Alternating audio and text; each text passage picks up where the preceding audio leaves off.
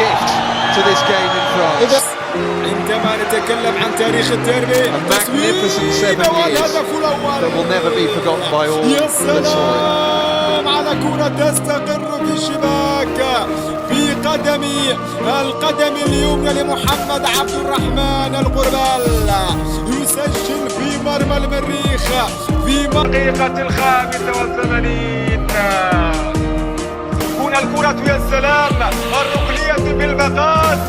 شوف المباراة في الليلة الكبيرة بخاصية ازدواجية كأنها لوحة استثنائية تستقر في مرمى الهلال. يا سلام يا سلام، المبارك يمنح الأسبقية لفريق المريخ. يبدو أنها البطاقة الحمراء، نعم البطاقة الحمراء على لاعب فريق الهلال، اللاعب ياسر عواطف.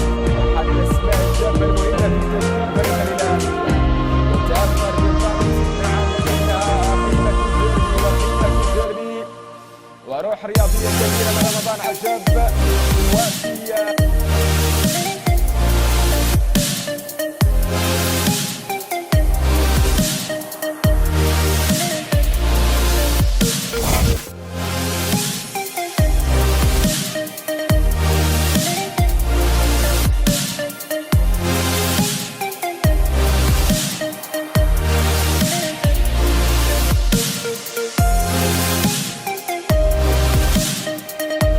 Let's have a listen to the reception that he gets.